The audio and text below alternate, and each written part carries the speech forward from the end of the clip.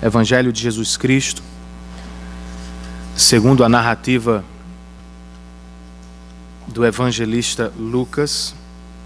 E hoje nós retomamos o nosso estudo no capítulo de número 22, onde paramos. Vamos estudar hoje o parágrafo que começa com o verso de número 54. Lucas, capítulo de número 22. A nossa leitura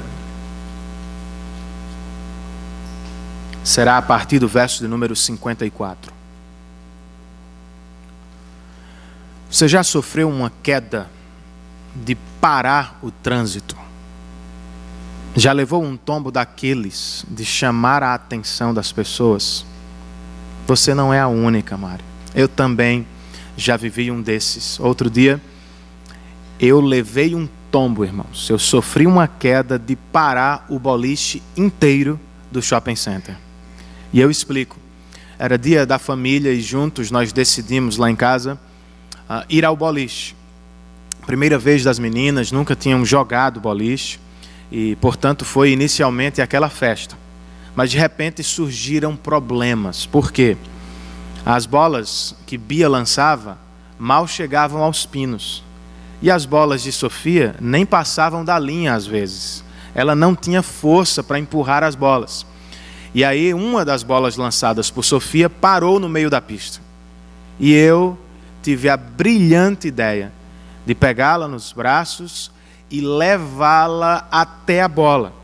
O que eu queria, irmãos, era apenas alcançar a bola e empurrá-la até os pinos, para ver se ela se alegrava. O que eu consegui foi uma queda terrível, porque eu não me dei conta inicialmente que a pista era tão escorregadia.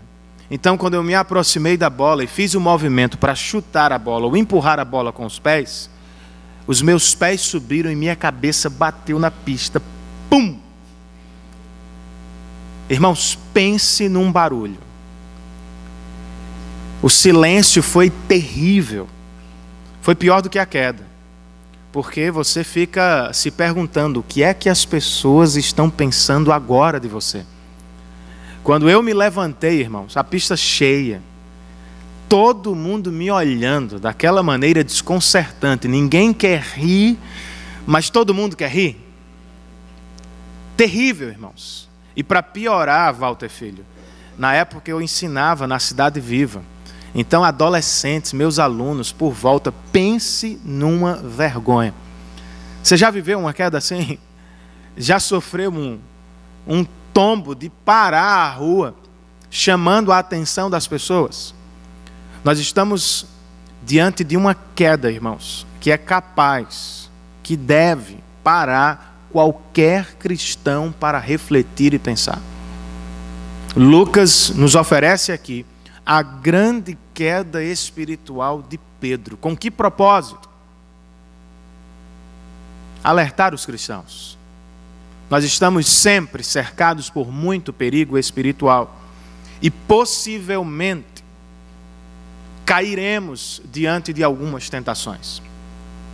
O comentarista e pastor Kent Hughes escreve: nós podemos aprender com Pedro em vários momentos de sua vida, mas nada pode se comparar à noite de sua queda.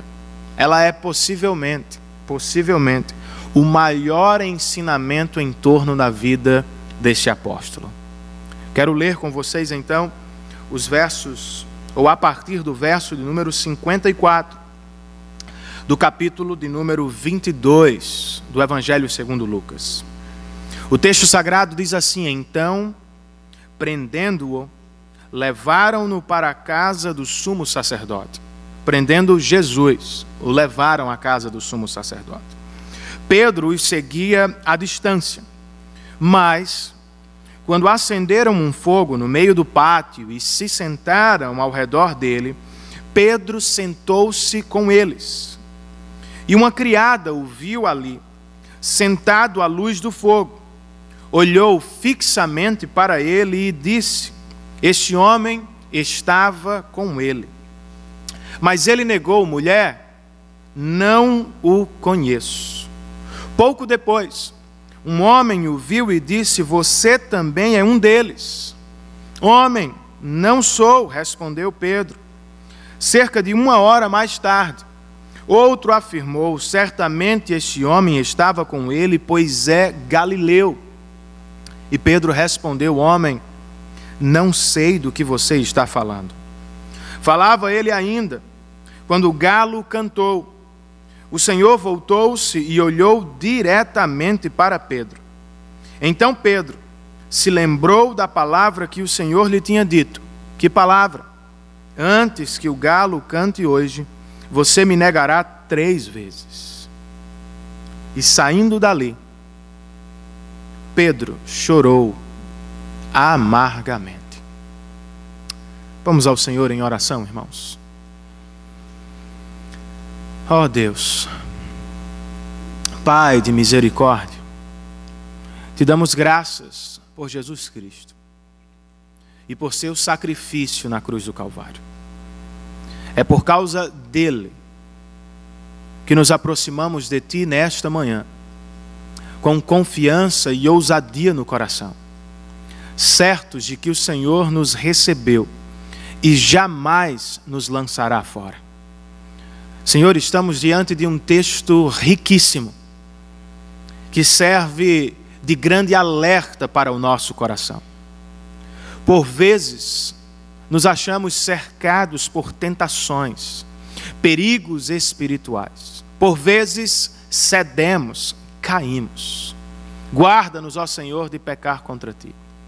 E usa este texto para falar aos nossos corações, para falar aos que estão diante da possibilidade da queda espiritual, para alcançar aqueles que já caíram em tentação.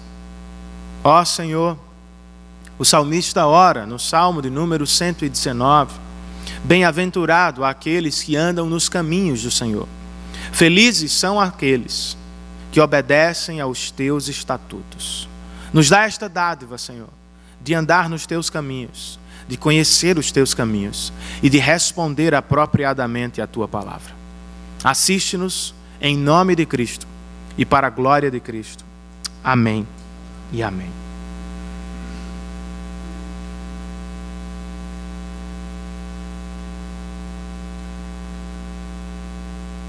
É quinta-feira, irmãos.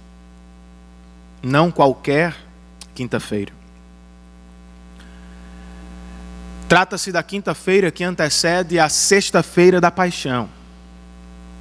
Mais cedo, Jesus celebrou a última Páscoa com seus discípulos e transformou-a na primeira ceia da igreja cristã.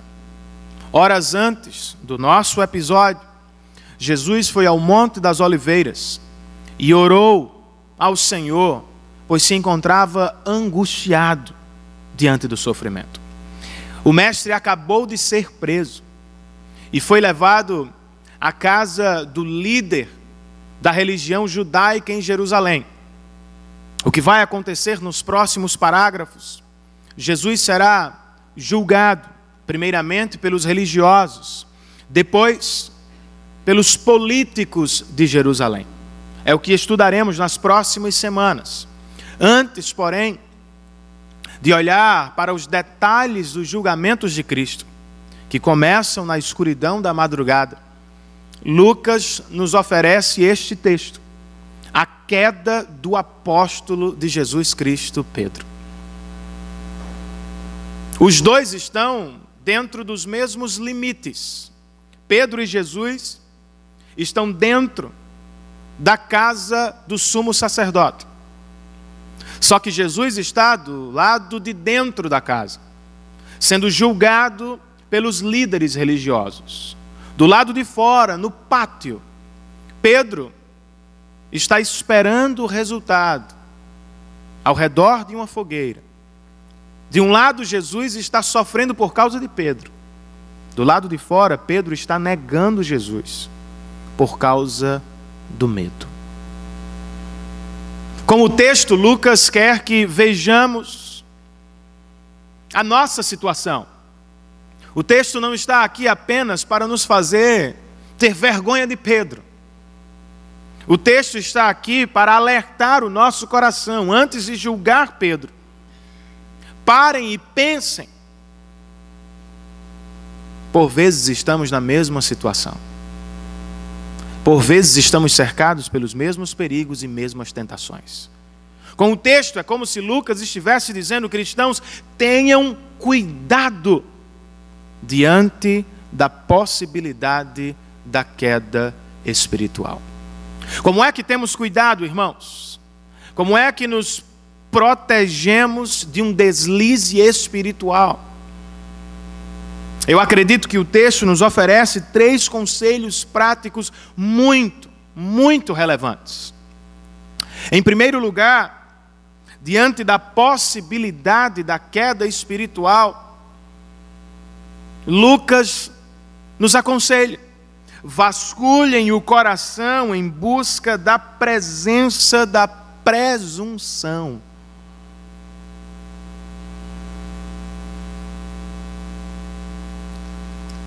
Por que Pedro caiu, irmãos?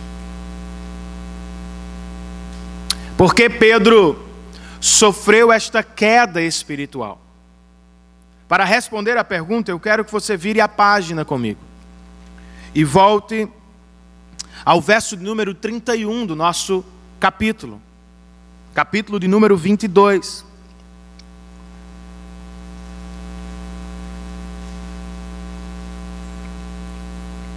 Lucas registra as palavras de Jesus aos discípulos. E em algum momento, especialmente a Pedro, Jesus diz: Simão, Simão, Satanás pediu vocês para peneirá-los como trigo. Mas eu orei por você, Pedro, para que a sua fé não desfaleça. E quando você se converter, fortaleça os seus irmãos. Qual foi a resposta de Pedro, irmãos?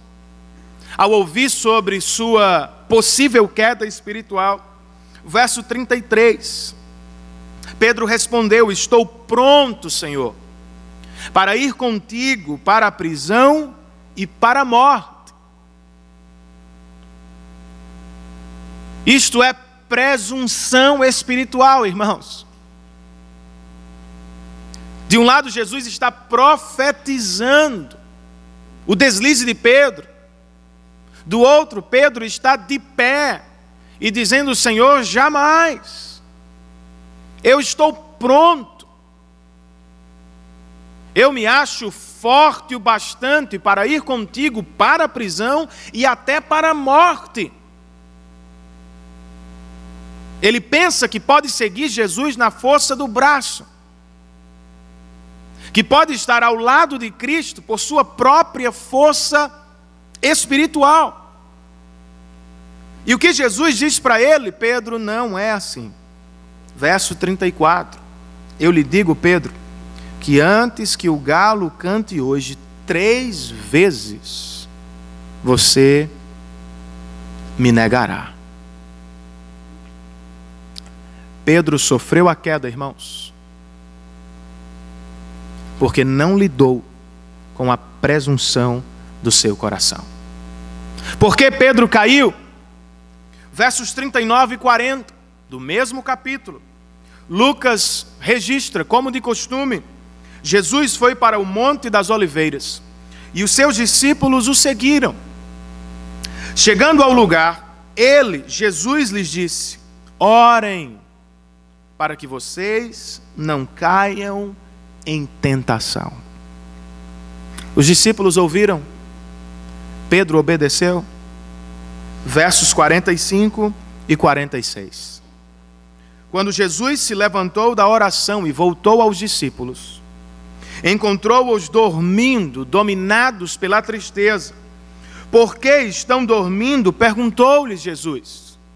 Levantem-se e orem para que vocês não caiam em tentação. Pedro caiu porque se viu orgulhoso ou pronto. Pedro caiu porque negligenciou a oração. Jesus ainda estava falando com os discípulos quando Lucas nos diz que uma multidão conduzida por Judas surgiu na escuridão para prendê-lo. Os guardas do templo de Jerusalém estavam ali para levá-lo. E o que é que Pedro faz, irmãos? Verso 50. E um deles, João nos diz que foi Pedro, feriu o servo do sumo sacerdote, decepando-lhe a orelha direita. O que é isso aqui, irmãos? O pastor e comentarista Kent Hughes diz: isto é Pedro lutando sozinho contra o mundo inteiro. Ele se acha capaz de defender Jesus. Por que Pedro caiu, irmãos? O verso 54 do nosso parágrafo nos diz: então, prendendo-o, levaram-no para a casa do sumo sacerdote, mas Pedro os seguia à distância.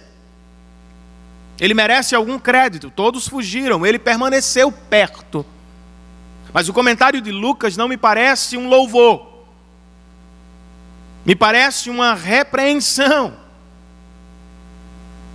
Pedro disse que estaria com Jesus, que iria com o mestre à prisão e à morte, mas aqui ele está à distância. Primeiro ele se viu forte, depois negligenciou a oração, tentou lidar com as situações na força do braço e por fim, irmãos, ele se afastou de Jesus.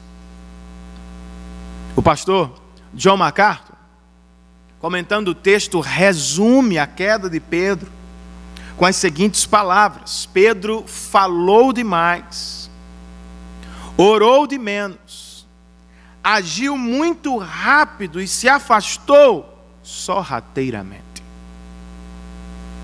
Foi por isso que o apóstolo Pedro caiu.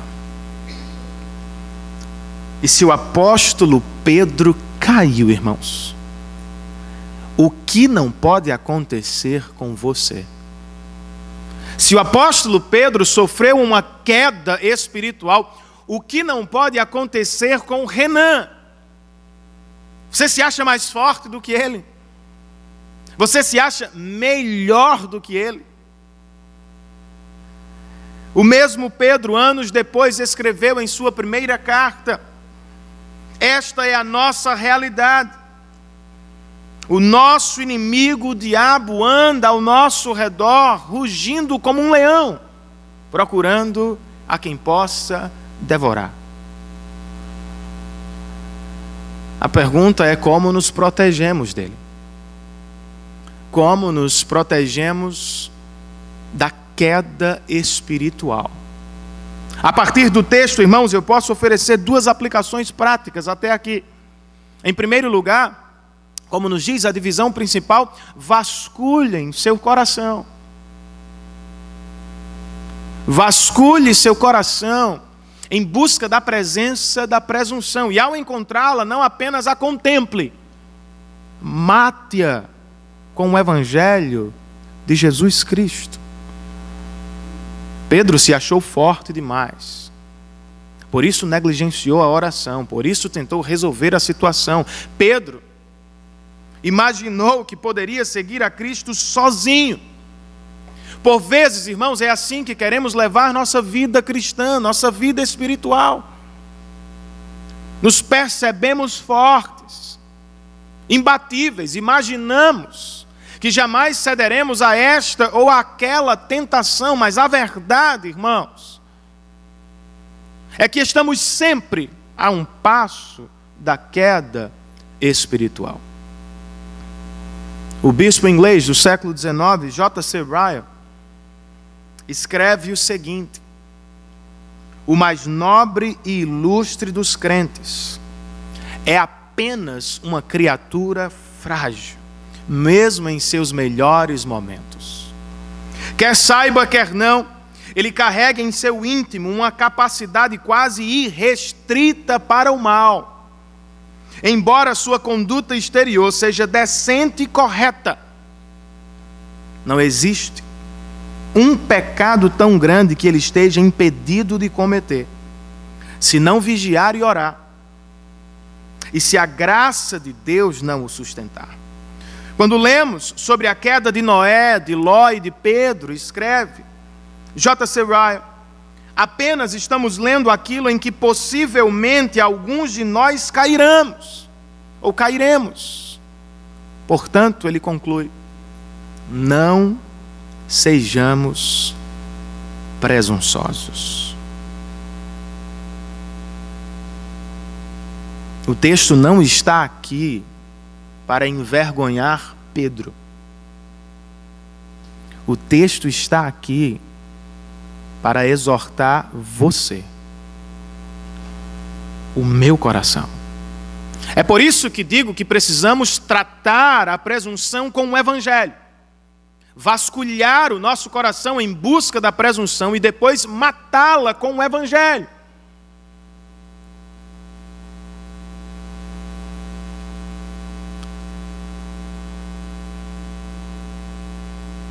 O Evangelho nos diz, irmãos,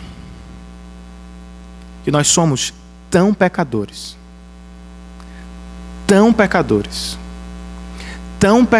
que para nos salvar, Deus precisou sacrificar seu próprio Filho. Não há lugar na vida cristã para a presunção.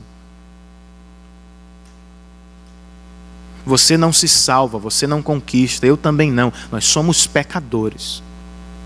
Salvos somente pela graça de Deus, pela fé no que Cristo fez por nós na cruz do Calvário.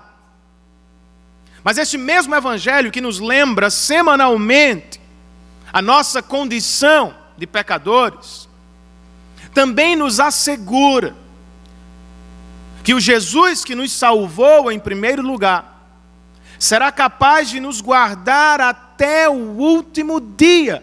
Louvado seja o nome dele por isso.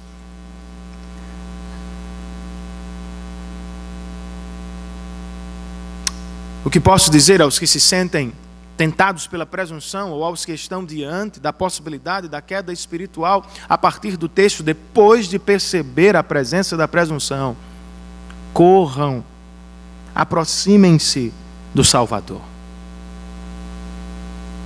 Não faça como Pedro, meu irmão.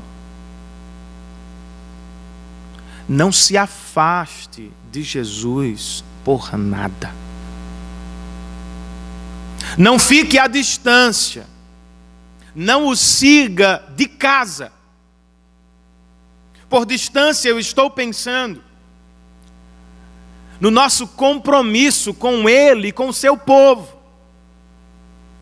Eu me refiro à indiferença e à frieza espiritual que por vezes tomam o nosso coração. Se manter distante de Cristo é esperar uma queda espiritual. E como é que praticamente nos aproximamos dele, fazendo o que Pedro não fez? Ouvindo a sua voz e buscando a presença do Pai através da oração. A oração pode ser uma medida particular, privada, mas ouvir a palavra de Deus é sempre uma medida pública e coletiva. Porque Jesus disse aos discípulos que eles devem orar quando os levou ao Monte das Oliveiras? Orem para que vocês não caiam em tentação. Eu e vocês precisamos orar regularmente, irmãos, revelando a nossa carência, dependência do socorro de Deus. Se Ele não nos ajudar, certamente nós cairemos. Mas não podemos apenas orar num ambiente privado, precisamos ouvir a palavra, ler a palavra, regularmente, com os nossos irmãos, com a nossa igreja, domingo após domingo. A maior bênção do culto cristão é a palavra. Uma das maiores razões para a existência da igreja é a palavra. Semana após semana, a reunião dos santos, o culto ao Senhor, nos dá este privilégio, irmãos. Ouvir a voz de Deus. Passamos a semana ouvindo as vozes do homem, as vozes da televisão, as vozes da cultura, a voz do nosso coração, que por vezes se afasta do Senhor, mas quando nos reunimos, a palavra é aberta e exposta, Deus fala conosco. É Ele quem alimenta a nossa alma, quem consola o nosso coração, quem edifica a nossa igreja, quem nos protege das quedas espirituais. Primeiro conselho do nosso texto, a partir do exemplo negativo de Pedro: vasculhem o coração em busca da presença da presunção. Qual é o segundo conselho do nosso texto, irmãos? Diante da possibilidade da queda espiritual, preparem-se antecipadamente para o teste da negação. Eu perguntei inicialmente por que Pedro caiu. Agora eu vou perguntar como Pedro caiu. Eu posso dizer, em primeiro lugar, que a queda de Pedro foi tímida. Os versos 55 e 56 nos informam: mas, quando acenderam um fogo no meio do pátio e se sentaram ao redor dele, Pedro sentou-se com eles. E uma criada o viu sentado ali à luz do fogo, olhou fixamente para ele e perguntou, e disse: este homem estava com ele. Mas ele negou, dizendo: mulher, não o conheço. O julgamento de Jesus começou por trás das paredes. Os interessados não foram dormir, ficaram do lado de fora, no pátio. A noite era fria, fizeram uma fogueira, se sentaram ao redor dela e conversaram sobre coisas típicas, acontecimentos de Jerusalém, a Páscoa, a multidão que chega de todas as partes, a prisão de Jesus, o que é que vai acontecer com ele. Enquanto conversavam, irmãos, uma serva do sumo sacerdote, que não tinha poder para prender Pedro, o acusou, dizendo: você estava com Jesus. Timidamente, vergonhosamente, Pedro diz: eu não o conheço. Como foi que Pedro caiu, ou como posso descrever a queda de Pedro? Eu posso dizer que ela foi pouco convincente, irmãos. Verso 58, Lucas registra que um pouco depois, um homem o viu e disse: você também é um deles. Homem, não sou, respondeu Pedro. Cerca de 1 hora mais tarde, outro afirmou: certamente este homem estava com ele, pois é galileu. Pedro respondeu: homem, não sei do que você está falando. Primeiro ele negou que conhecia Jesus. Depois ele negou que era um discípulo de Jesus. Agora, ele diz: eu não sei do que você está falando. Alguém, porém, não acreditou. As pessoas não ficaram convencidas, porque Pedro foi visto com Jesus muitas vezes. E até o seu sotaque lembrava Jesus, pois ele era galileu. As pessoas certamente reconheciam Pedro como alguém próximo de Jesus. Mas ele nega. Lucas nos diz apenas que ele falou: eu não sei do que você está falando. Marcos, em seu relato paralelo, nos fala que Pedro jurou que não conhecia Jesus. Você sabe o que é isso, irmãos? Ele negou Jesus timidamente, de maneira pouco convincente. Mas sua queda também foi, e isto é o mais importante, ela foi pública. Ela se deu no ambiente público. Philip Ryken, pastor presbiteriano, comentando o texto, diz: Pedro foi um ótimo teólogo no ambiente privado, mas falhou quando se encontrou com o público. De todos os discípulos, Pedro foi o que mais falou, mas sempre em ambiente privado. Quando Jesus o encontrou, Pedro estava em um barco, com alguns homens apenas. Ele se prostrou diante de Jesus, Lucas 5, e disse: Senhor, afasta-te de mim, porque eu sou um homem pecador. Ele reconheceu a glória de Cristo e se reconheceu um pecador. Em um ambiente privado, Jesus e os seus discípulos, Pedro disse: Tu és o Cristo, filho do Deus vivo, Deus Altíssimo. Quando Jesus perguntou aos discípulos: O que vocês pensam de mim? Pedro foi o primeiro, irmãos, a declarar a divindade de Cristo, a messianidade de Jesus. Mais tarde, as multidões abandonaram Jesus porque seu discurso ficou difícil. E então Jesus pergunta aos discípulos: vocês não querem ir com eles? E num grupo seleto, Pedro diz: Senhor, para onde vamos? Se só tu tens as palavras da vida eterna.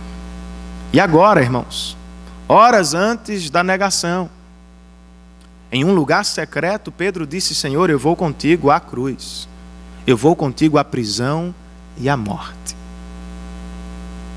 Mas agora que está num ambiente público, sob pressão social, Pedro treme. A rocha, Pedro, é esmagada pela pressão social. Não é assim que por vezes nos encontramos, irmãos?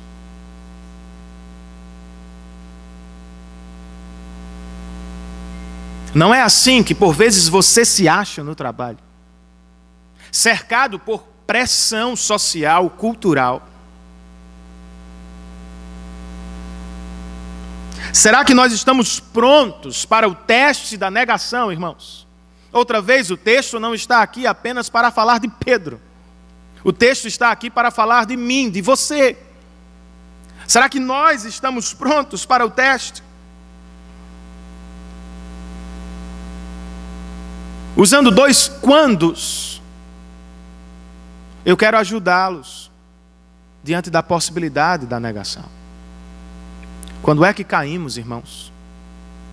Nós caímos quando não estamos preparados para o teste da negação. Pedro foi muito bom no círculo íntimo dos discípulos. Falou muito e muito bem quando estava apenas com Jesus. Mas quando se encontrou com o público, falou pouco e falou mal. Ele não estava pronto para o encontro. Outra vez eu cito o pastor presbiteriano Philip Ryken, que acertadamente escreve o seguinte: preste atenção nisso. O grande teste do discipulado cristão não é fazer promessas a Deus em oração.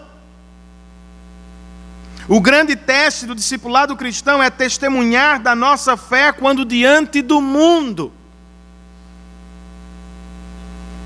Fazer promessas a Deus em oração é muito fácil, irmãos. Difícil é viver à altura das promessas quando estamos diante do mundo. Nós prometemos e prometemos.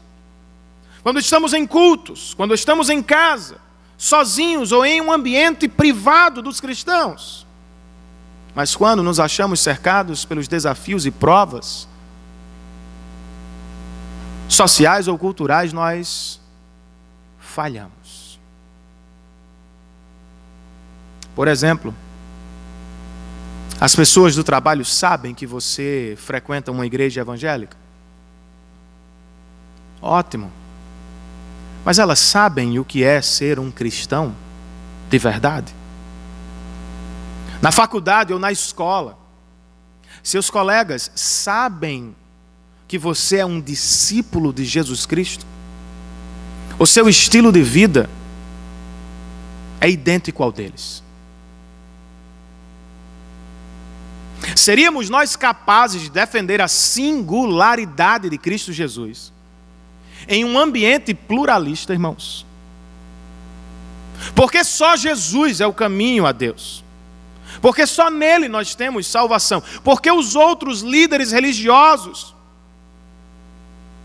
não servem para a nossa adoração. Será que nós temos respondido às pessoas que nos cercam, dando testemunho do que significa ser um discípulo de Cristo Jesus? A vida cristã de oração é muito importante. A vida de culto dominical é muito mais importante. Mas o nosso testemunho cristão, irmãos, não está restrito às 4 paredes ou a um dia da semana. Que o Senhor nos ajude. Que o Senhor nos conceda graça e coragem para diante do mundo testemunharmos do Evangelho de Cristo Jesus.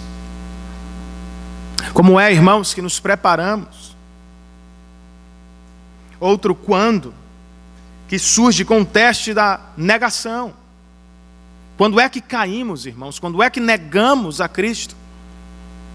Nós caímos quando não estamos prontos para sofrer por Cristo. Pedro caiu por isso.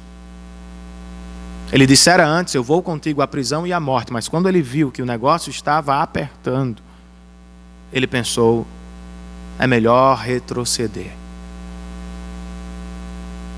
Você pensa que sofrimento só acontece com os cristãos da Coreia do Norte, da Síria, do Egito, no interior da Colômbia? O apóstolo Paulo, escrevendo a Timóteo, disse: qualquer cristão que deseja ser piedoso, fiel ao Senhor, ter compromisso com Ele, ser um cristão genuíno, qualquer cristão, enfrentará a perseguição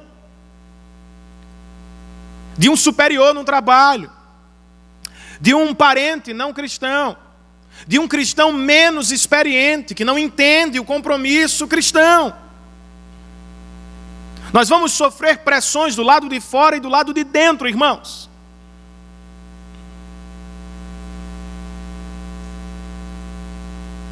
Outro dia eu conversava com uma senhora, jovem senhora, que realiza em João Pessoa um grande evento, numericamente falando.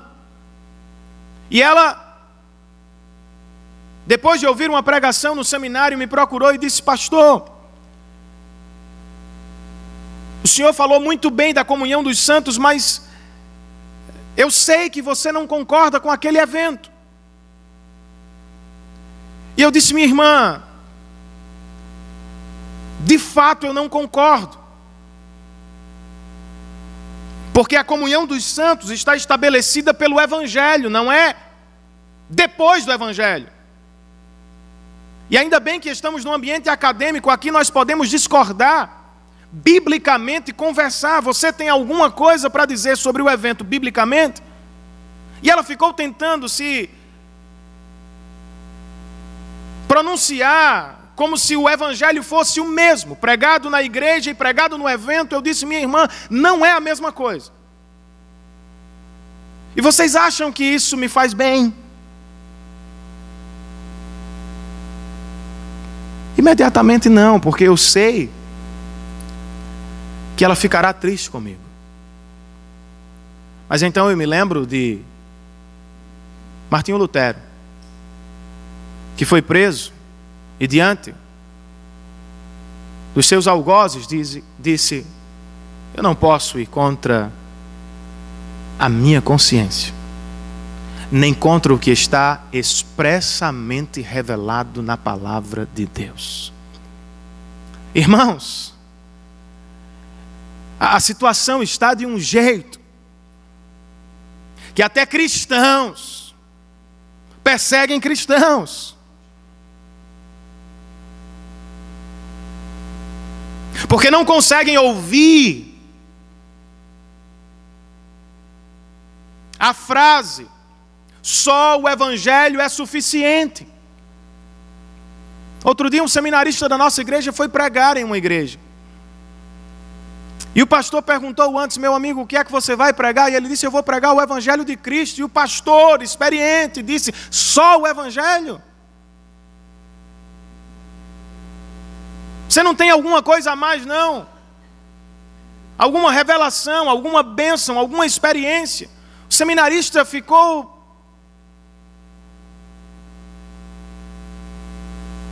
Esta é a situação, irmãos. Mas por que nós negamos a Cristo? Por que nós cedemos à pressão da igreja, à pressão de fulano, à pressão da cultura, da sociedade? Porque nós não queremos padecer, irmãos. Nós não queremos ser alvos de crítica, nós não queremos, sofrer por causa de Cristo. Eu me lembro do missionário e pastor batista David Platt. Ele foi ao Sudão fortalecer a fé dos irmãos perseguidos. Passou com eles 7 dias ministrando a palavra, e ao final, enquanto conversava com alguns irmãos, ele percebeu 2 adolescentes que deixavam a igreja clandestina rapidamente. Ele correu, se apressou e as chamou e disse: vocês vão para onde? E elas disseram: vamos pregar o Evangelho. Ele perguntou: vocês não têm medo de sofrer? Uma delas disse: sofrer? Claro que temos. Mas temos algo mais importante que motiva o nosso coração. Cristo sofreu por nós na cruz do Calvário, para nos conquistar salvação eterna diante de Deus. Como não vamos sofrer por Ele? Você quer se manter fiel diante da pressão cultural, social, religiosa, que o cerca de todos os lados amanhã? Não olhe para si, você não tem capacidade de ser fiel. Olhe para Cristo e veja que na cruz do Calvário Ele foi fiel a Deus para salvar o seu coração. Quanto mais você olhar para Cristo e sua fidelidade, mais você desejará a fidelidade a Deus. Que o Senhor nos ajude, irmãos, a passar no teste da negação, mesmo quando isso nos custar dinheiro, status e segurança. Último conselho do nosso texto: diante da possibilidade da queda espiritual, irmãos, corram com confiança para os braços da salvação.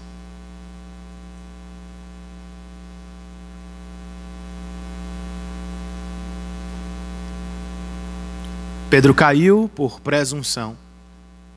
Sua queda foi tímida, pouco convincente e pública. Mas será que ele ficará prostrado? Será que alguém vai surgir para levantá-lo do chão? Verso de número 60, irmãos. Pedro respondeu: homem, não sei do que você está falando. Falava ele ainda, quando o galo cantou.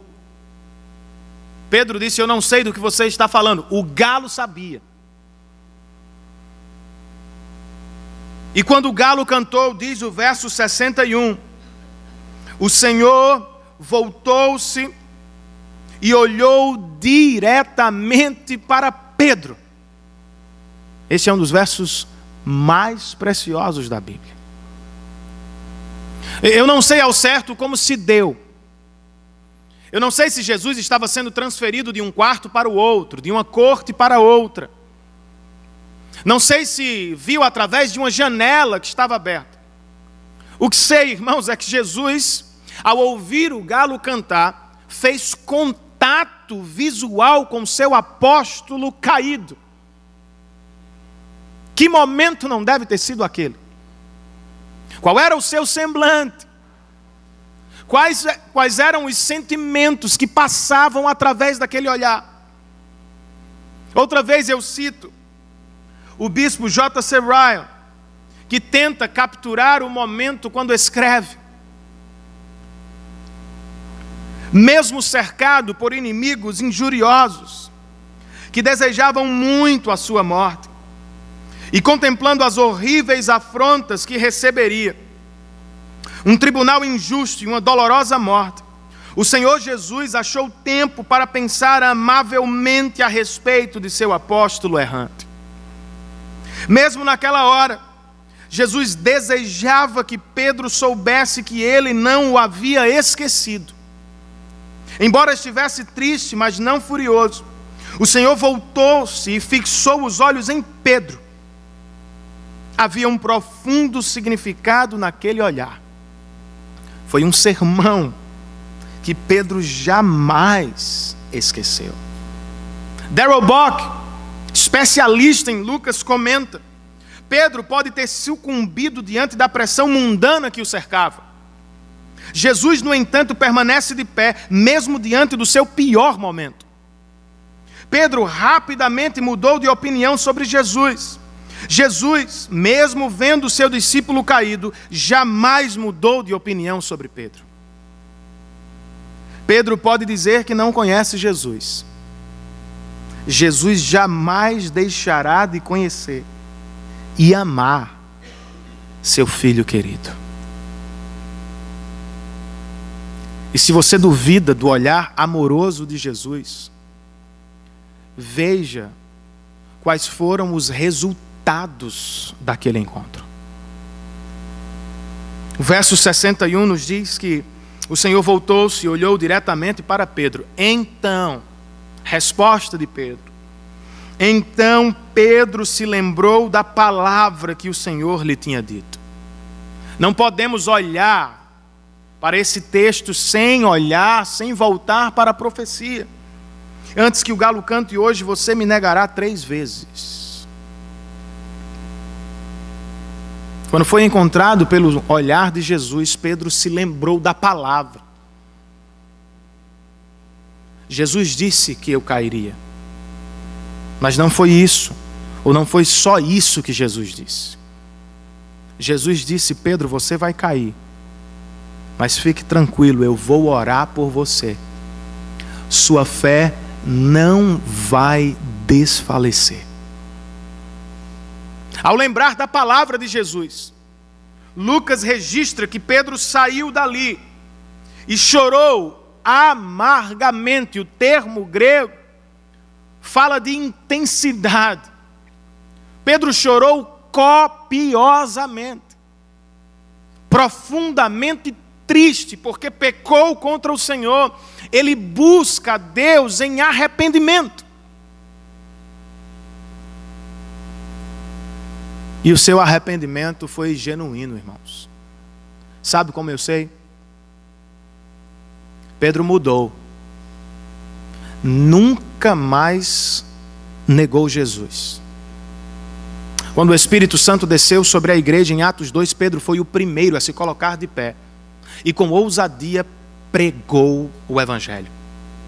Quando preso, diante dos mesmos religiosos que julgaram Jesus, Pedro disse: vocês podem me matar, porque eu não tenho como parar de falar do que vi e ouvi do Senhor Jesus. Conta a tradição da igreja que Pedro morreu como seu Senhor, crucificado. Na verdade, há uma ligeira diferença. Antes de ser preso à cruz, ele pediu que eu morra de cabeça para baixo, porque não sou digno de ter a morte do meu Salvador. Como é que eu sei que Pedro se arrependeu? Não é apenas pelo choro, é também pelo choro, mas é principalmente pela transformação de vida.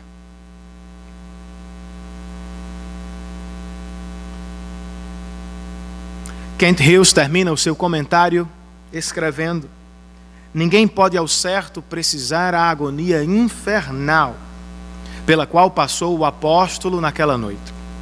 O que podemos dizer é que alguma coisa morreu dentro dele. Simão e sua presunção natural deram lugar a Pedro e a uma confiança na rocha inabalável Cristo Jesus. Será que nós confiamos Será que nós revelamos confiança em Cristo Jesus, irmãos? O texto está aqui para nos ajudar, para gerar confiança no nosso coração.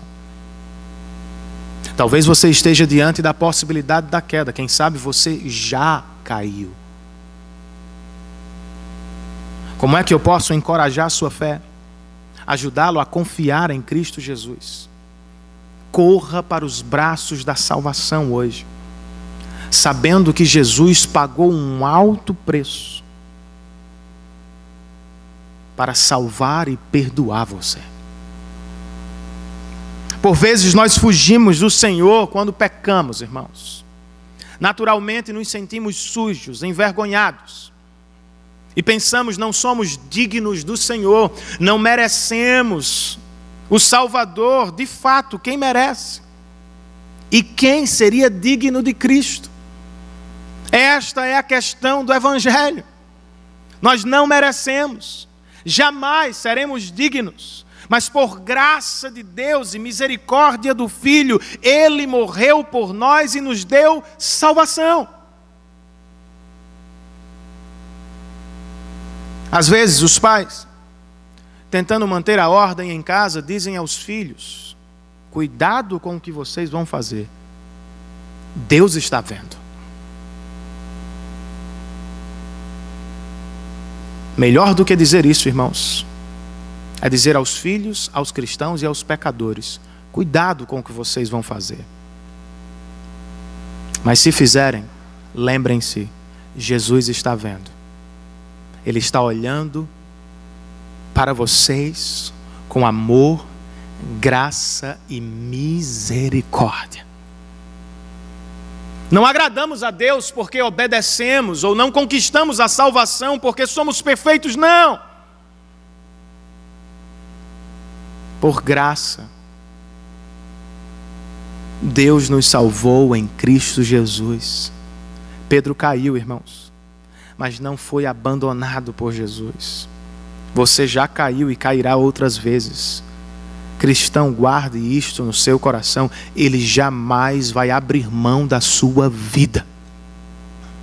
Ele não vai desistir de você. Ele não vai lhe deixar para trás. Hoje, agora mesmo, através da palavra, deste culto, o Senhor está olhando para você com amor e misericórdia e promovendo saúde espiritual no seu coração. Se você está diante da possibilidade da queda, ou quem sabe já caiu, corra para os braços da salvação, sabendo que Jesus pode promover o verdadeiro arrependimento no nosso coração. O olhar de Jesus transformou Pedro.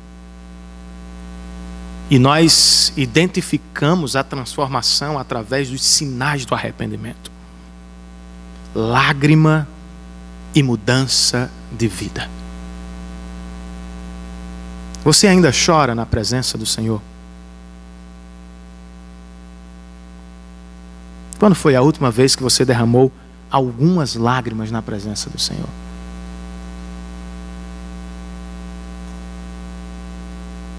Se os seus pecados não conseguem promover lágrimas no seu coração, clame a Deus por misericórdia. Como é que não choramos, irmãos, diante do Senhor da glória, Rei do universo, que poderia ter nos condenado eternamente por causa dos nossos pecados, mas por livre e espontânea graça resolveu nos salvar? Como não choramos?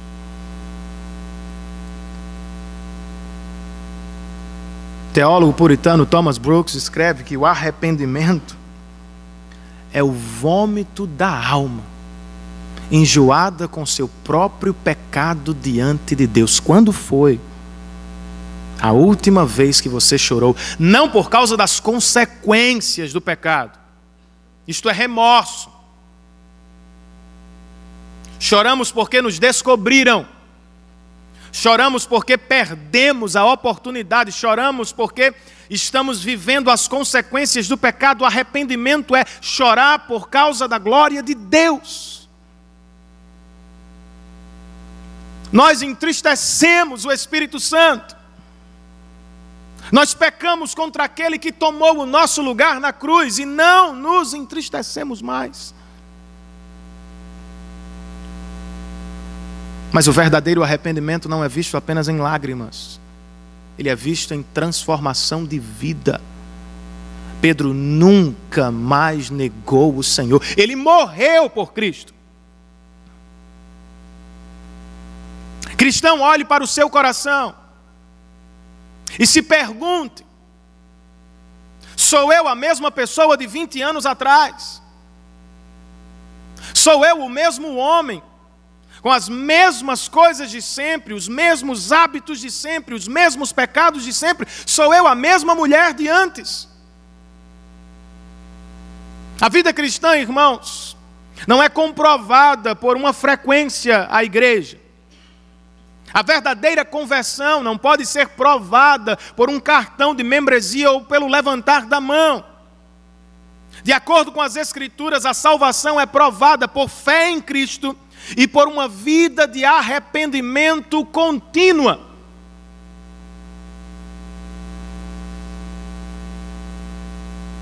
Uma das máximas da reforma protestante era: a igreja reformada está sempre se reformando.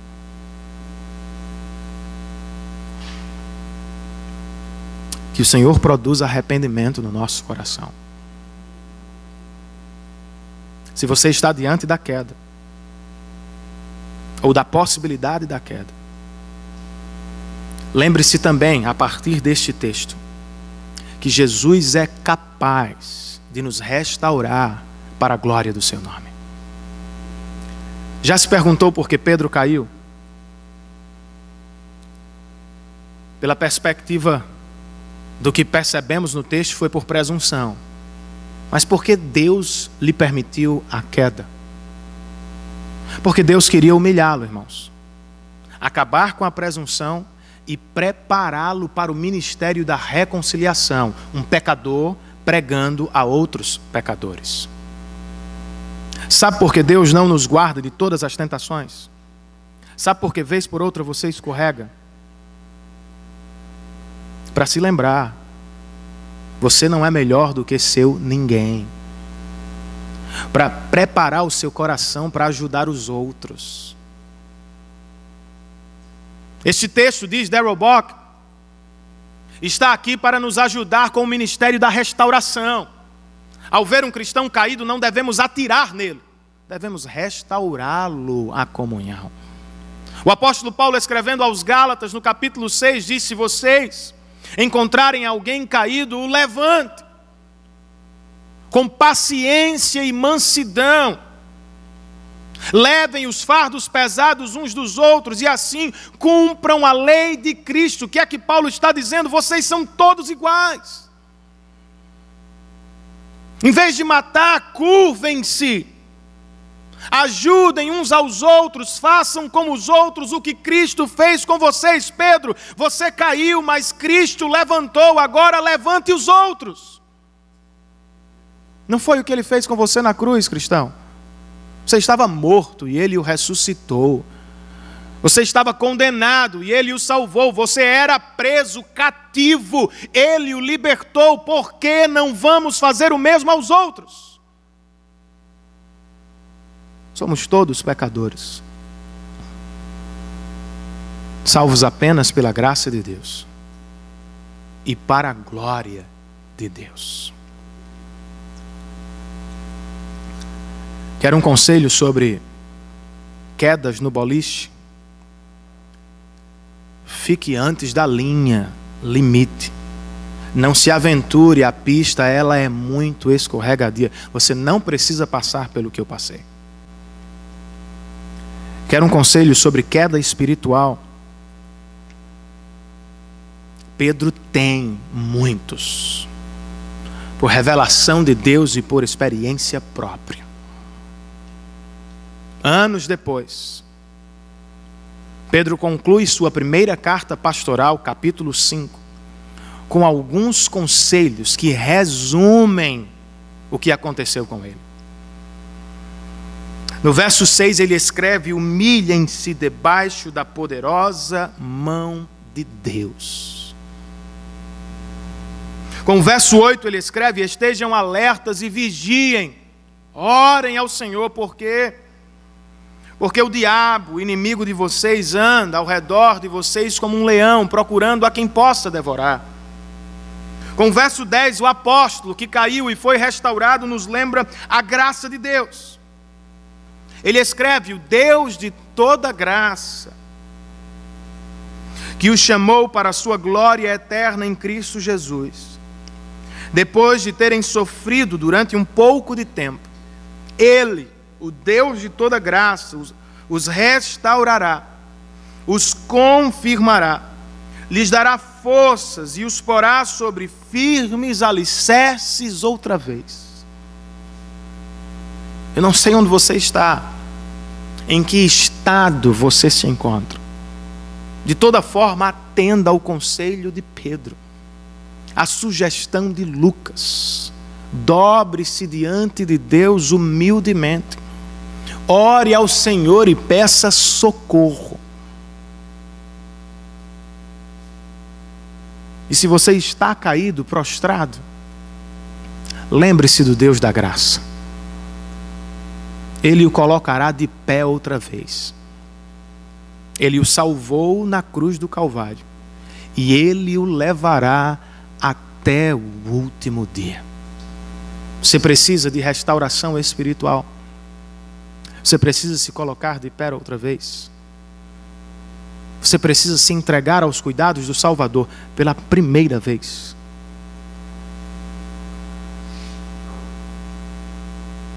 Vamos orar ao Senhor, queridos.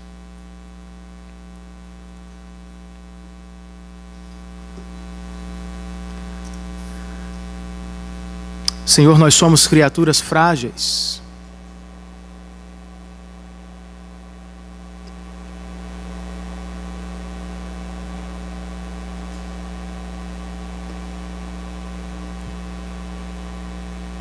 Não há nenhum pecado que esteja fora do nosso alcance.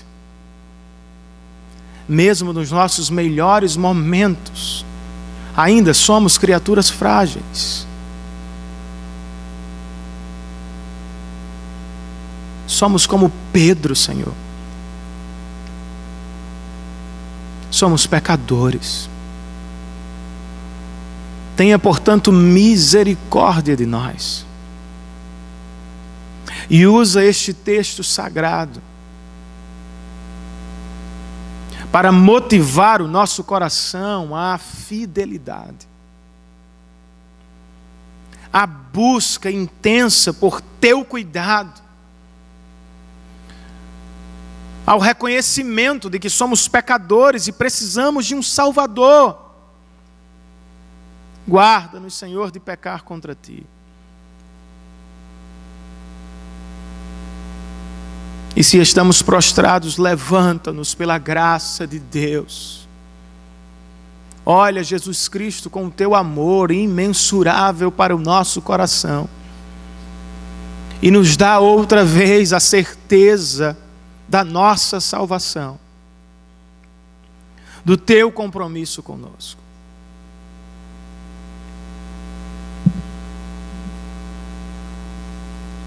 Ajuda-nos, Senhor, por favor. Não apenas a fazer promessas, mas a cumpri-las diante do mundo.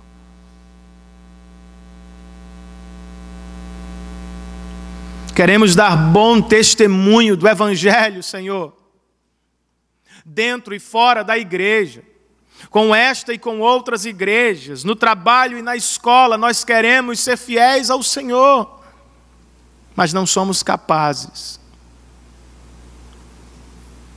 Somos frágeis.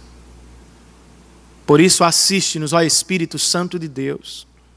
Faz conosco o que fizestes com Pedro. Promova no nosso coração a ousadia e o desejo por pregar o teu Evangelho. Promova, Senhor, arrependimento, lágrimas de arrependimento e uma vida transformada. Senhor, nos despede em paz, nos dá um ótimo momento de escola bíblica, um ótimo domingo em Tua presença. E que a semana seja feita, repleta de bênçãos espirituais. Principalmente, ó Deus, no que diz respeito à fidelidade ao Senhor. É no nome de Cristo e por causa dele que oramos. Amém. Que o amor de Deus, nosso Pai, a graça salvadora, renovadora de Cristo Jesus, o nosso Senhor, a comunhão, a presença, a proteção e o poder do Espírito Santo de Deus estejam sobre todos nós. E todos nós, a uma só voz, dizemos: Amém.